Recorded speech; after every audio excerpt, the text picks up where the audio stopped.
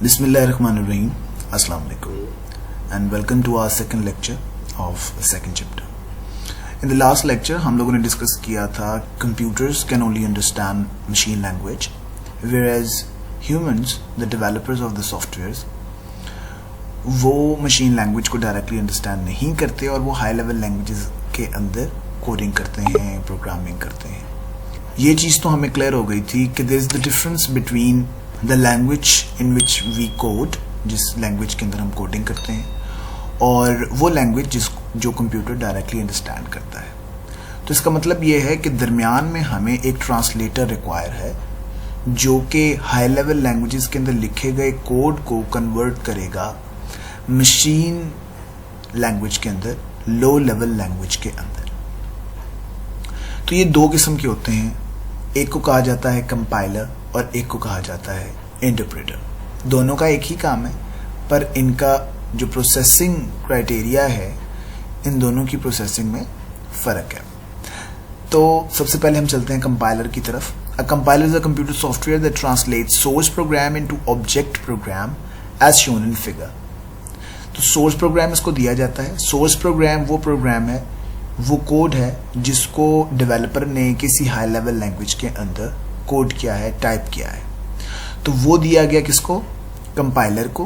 Compiler को जब एक दफ़ा वो मिल जाता है तो वो उसको directly as a whole convert कर देता है ऑब्जेक्ट प्रोग्राम के अंदर. ऑब्जेक्ट प्रोग्राम एक कन्वर्टेड फाइल होती है मशीन लैंग्वेज के अंदर, पर ये एग्जीक्यूटेबल नहीं होती.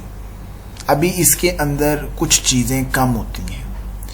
ये मशीन लैंग्वेज के अंदर होती है पर इसके अंदर अभी कुछ चीज़ें कम हैं. वो क्या चीज़ें हैं उसको हम मज़ीद अभी देखते हैं.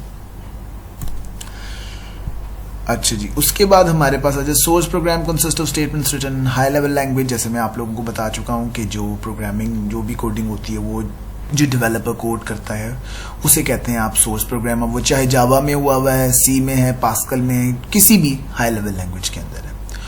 और जब कंपाइलर उसको ट्रांसलेट कर देता है तो आपके पास जो रिजल्टिंग प्रोग्राम आता है, जिसको मैं और आप एज ए प्रोग्रामर अंडरस्टैंड नहीं कर सकते, उसको कहते हैं ऑब्जेक्ट प्रोग्राम. पर ऑब्जेक्ट प्रोग्राम एग्जीक्यूटेबल नहीं होता.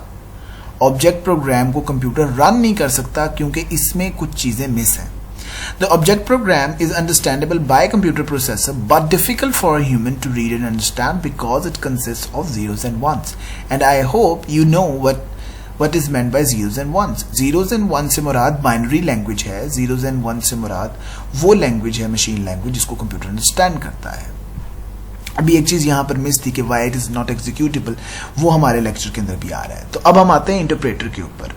अच्छा, यहाँ पर आगे चलने से पहले मैं आपको बताता चलूँ कि सोर्स प्रोग्राम जो है ये एज ए होल कन्वर्ट होता है. मतलब पूरा प्रोग्राम दे दिया गया कंपाइलर को, कंपाइलर ने पूरे प्रोग्राम को पढ़ा. पूरे प्रोग्राम के अंदर अगर कोई एरर्स हैं तो you have to remove those errors, otherwise it will not be translated into object program. तो we have to wait for that. और जब आप सारे एरर्स को रिमूव करते हैं तो कंपाइलर इसको सबको कन्वर्ट कर देता है ऑब्जेक्ट प्रोग्राम के अंदर. Got it? उसके बाद आता है इंटरप्रेटर. इंटरप्रेटर भी क्या करता है? सोर्स प्रोग्राम को ऑब्जेक्ट प्रोग्राम के अंदर कन्वर्ट तो एज इट इज नहीं करता, मतलब काम तो उसका कन्वर्जन ही है. पर ये क्या करता है? ये करता है one instruction eight a time. ये क्या करेगा? Translates one instruction eight a time and execute it immediately before translating the next instruction. जबकि कंपाइलर क्या करता था कि वो पूरे का पूरा कोड आपसे लेकर और पूरे कोड को at a single time convert करता था और फिर उस पूरे प्रोग्राम को एग्जीक्यूट किया जाता है. जबकि इंटरप्रेटर आपकी एक स्टेटमेंट को लेता है, अंडरस्टैंड करता है, कन्वर्ट करता है और उसको एग्जीक्यूट करवाता है. उसके बाद दूसरी लाइन की तरफ जाता है.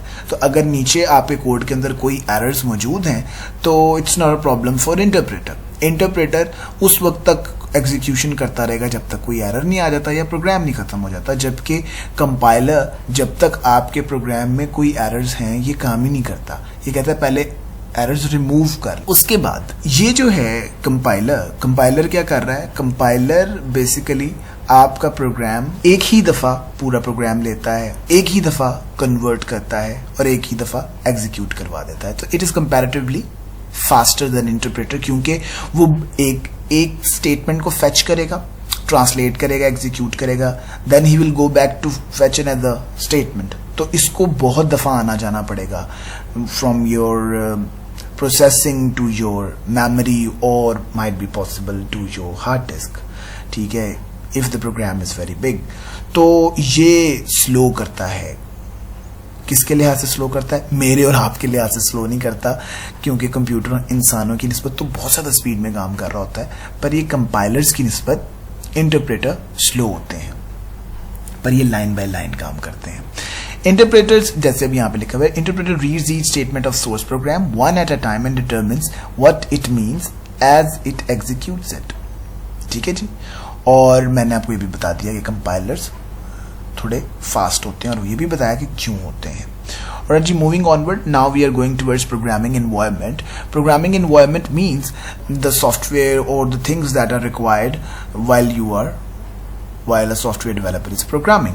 पहले ये हुआ करता था कि पहले हमारे पास जितनी भी इसके कंपोनेंट्स हैं प्रोग्रामिंग के और उसकी एग्जीक्यूशन से रिलेटेड, वो अलग-अलग मौजूद थे। अब उन्होंने क्या किया है, अब उन्होंने सब कुछ इकट्ठा कर दिया एक सिंगल सॉफ्टवेयर के अंदर और उसको नाम दे दिया इंटीग्रेटेड डेवलपमेंट एनवायरनमेंट। एक ही सॉफ्टवेयर के अंदर आप कोड को टाइप भी कर रहे हैं, आप उसके एरर्स भी चेक कर रहे हैं, आप उनको रिमूव भी कर रहे हैं, आप उनको सेव भी कर रहे हैं, आप उनके ऊपर मजीद कोई 4-5 चीज़ें की जाती हैं जो कि हम अभी डिस्कस करने लगे हैं। तो इंटीग्रेटेड डेवलपमेंट एनवायरनमेंट इसकी शॉर्ट फॉर्म है IDE, ठीक है। इसके अंदर आप प्रोग्राम सॉफ्टवेयर क्रिएट भी करते हैं, उसे कंपाइल भी करते हैं। कंपाइल से मुराद क्या है? I hope now you know कि इसकी translation from high level language to from source program to object program and run programs. और रन प्रोग्राम के अंदर कुछ 3-4 स्टेप्स हैं, वो भी हम डिस्कस करते हैं, ठीक है जी। तो इन सारे मामलात को हम एक सिंगल सॉफ्टवेयर के अंदर ले आए और ऐसे सॉफ्टवेयर को कहा जाता है IDE, ठीक है। There are many software available for this purpose. और इसके अंदर जो काम किए जाते हैं वो हैं ये 5 काम। सबसे पहले हम सॉफ्टवेयर में टाइप कर सकते हैं, उसको ट्रांसलेट कर सकते हैं, उसके अंदर जो मिसिंग फाइल्स हैं उसको अभी मैं बताता हूँ लिंकर क्या होता है, फिर लोडिंग भी की जा सकती है उसमें और डिबगिंग भी की जाती है। तो moving onward with text editor, तो ये एक सिंपल वर्ड प्रोसेसर होता है जिसके अंदर आप टाइप कर रहे होते हैं और इसके अंदर टाइप करने के साथ साथ आप अपने कोड को एडिट भी कर सकते हैं। नॉर्मली जो आपके पास डेवलपमेंट के लिए ये सॉफ्टवेयर अवेलेबल होते हैं उसके अंदर ये फैसिलिटी रखी होती है कि अगर कोई एरर आप सिंटैक्स के खिलाफ लिख रहे हैं या रूल्स को फॉलो नहीं कर रहे तो ऑटोमेटिकली उसको हाईलाइट करके एरर्स शो करने लग जाता है। जैसे अगर आप वर्ड के ऊपर टाइपिंग कर रहे होते हैं तो ग्रामेटिकल मिस्टेक को वो ब्लू से या ग्रीन से, इसी तरीके से स्पेलिंग मिस्टेक्स को रेड से अंडरलाइन कर रहा होता है, हाईलाइट कर रहा होता है, ठीक है। तो इनके अंदर भी ये फैसिलिटी मौजूद होती है। उसके बाद ये इन्होंने एक स्क्रीनशॉट यहाँ पे शेयर किया हुआ है और यहाँ से आप देख सकते हैं ये dev C++ के नाम से, by the way we are going to use the same software for our programming practice. और बट ये है कि हम इससे काफ़ी लेटेस्ट करेंगे, ठीक है। तो in the coming lectures I will also be going to tell you how to download and install this IDE, got it. उसके बाद आप देखें जी, नीचे हमारे पास आ गया compiler.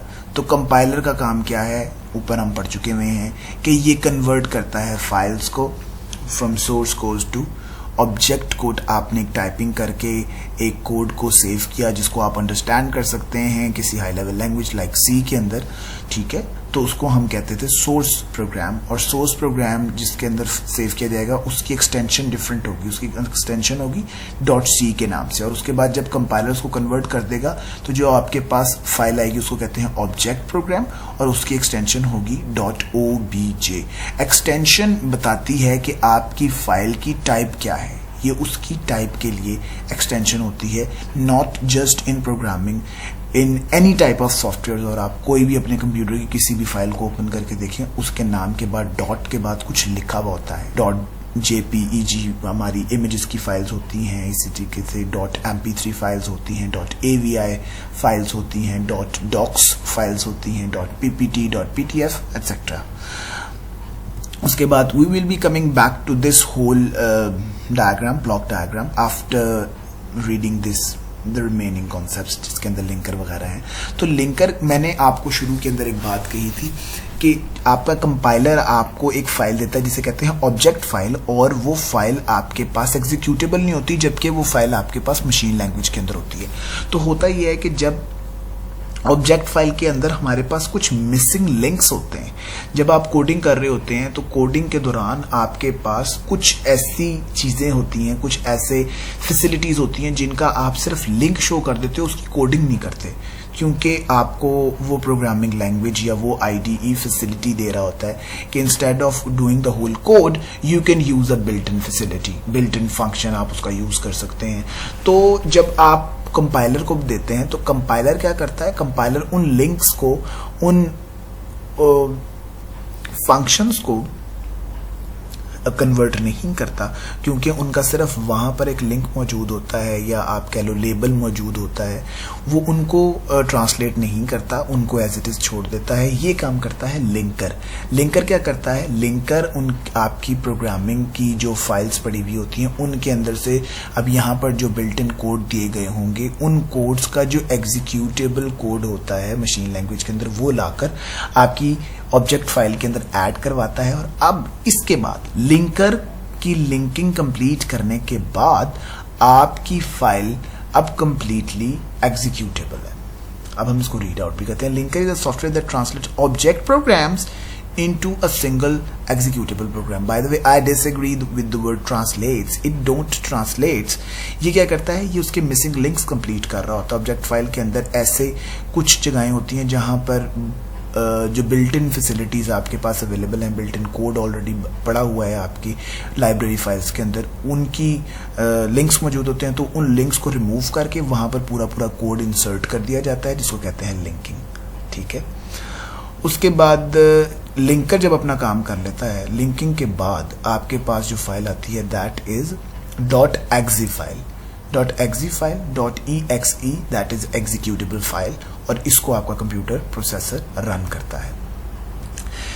G, it will replace the functions in the object programs with the code from C library and then creates a single executable program। जो कि मैं आपको बता चुका हूँ कि ये क्या करता है, ये functions को रिप्लेस कर देता है कोड के साथ, जो कि आपकी लाइब्रेरी के अंदर C लाइब्रेरी से मुराद यहाँ पर कोई फिजिकल लाइब्रेरी नहीं है, इससे मुराद आपके कंप्यूटर के अंदर कुछ ऐसी फाइल्स मौजूद हैं जिसके अंदर ये कोडिंग मौजूद होगी। जब भी आप कोई IDE अपने पास इंस्टॉल करते हैं तो ये ऑटोमेटिकली उसमें आ जाता है। लोडर क्या करता है, आपके प्रोग्राम को उठाकर मेमोरी के अंदर रख देता है, रैम के अंदर रख देता है, मेन मेमोरी के अंदर, जहां से डायरेक्टली आपका प्रोसेसर उसको एग्जीक्यूट करता है। तो इस प्रोसेस को कहते हैं लोडर। और डिबगर जो है, ये एक फैसिलिटी है जो कि IDE के अंदर दी जाती है।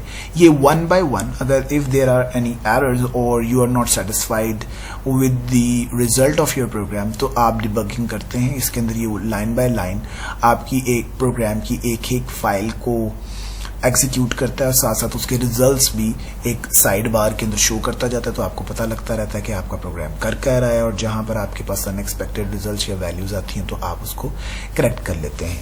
तो finding and removing errors from a software is called debugging, and the facility used for this purpose, the function used for this purpose is called debugger. It is a software that executes a program line by line, examines the values stored in a variable and helps in finding and removing errors in a program. Alright जी, अपना आज का lecture खत्म करने से पहले मैं आपको बताता चलूं, मैंने आपसे कहा था कि after reading these all concepts we are coming back to this block diagram. ये ब्लॉक डायग्राम आपको बताएगी कि बेसिकली हमारा सारा प्रोग्रामिंग का जो काम है कि वो हो कैसे रहा होता है। सबसे पहले आपने प्रोग्राम कोड किया, ठीक है, सॉफ्टवेयर जो डेवलप किया गया, वो सोर्स प्रोग्राम आपके पास आया। सोर्स प्रोग्राम आपने दिया कंपाइलर को, कंपाइलर ने उसको कन्वर्ट किया, ट्रांसलेट किया और उसकी बना दिया आपको एक ऑब्जेक्ट फाइल या ऑब्जेक्ट प्रोग्राम बना दिया। ऑब्जेक्ट प्रोग्राम दिया जाता है लिंकर को। लिंकर क्या करता है, उसके अंदर मिसिंग लिंक्स या जो बिल्ट इन फंक्शन इस्तेमाल किए गए हैं उनका कोड C लाइब्रेरी में से लेकर और ऑब्जेक्ट फाइल के अंदर उनकी जगह जगह जहां जहां वो होते हैं लिंक्स, वहां पर वो लिंक्स कंप्लीट कर देता है और उसके बाद एक फाइल बना देता है completely, that is exe file, जो कि डायरेक्टली एग्जीक्यूटेबल होती है। और उसके बाद यहां से जो आगे वाला पोर्शन है दैट इज लोडर क्या करता है, उसको मेमोरी में लोड कर देता है और आपका प्रोसेसर उसको एग्जीक्यूट कर देता है। तो ये चीज़ आप दरमियान में ऐड कर लीजिएगा। Thank you.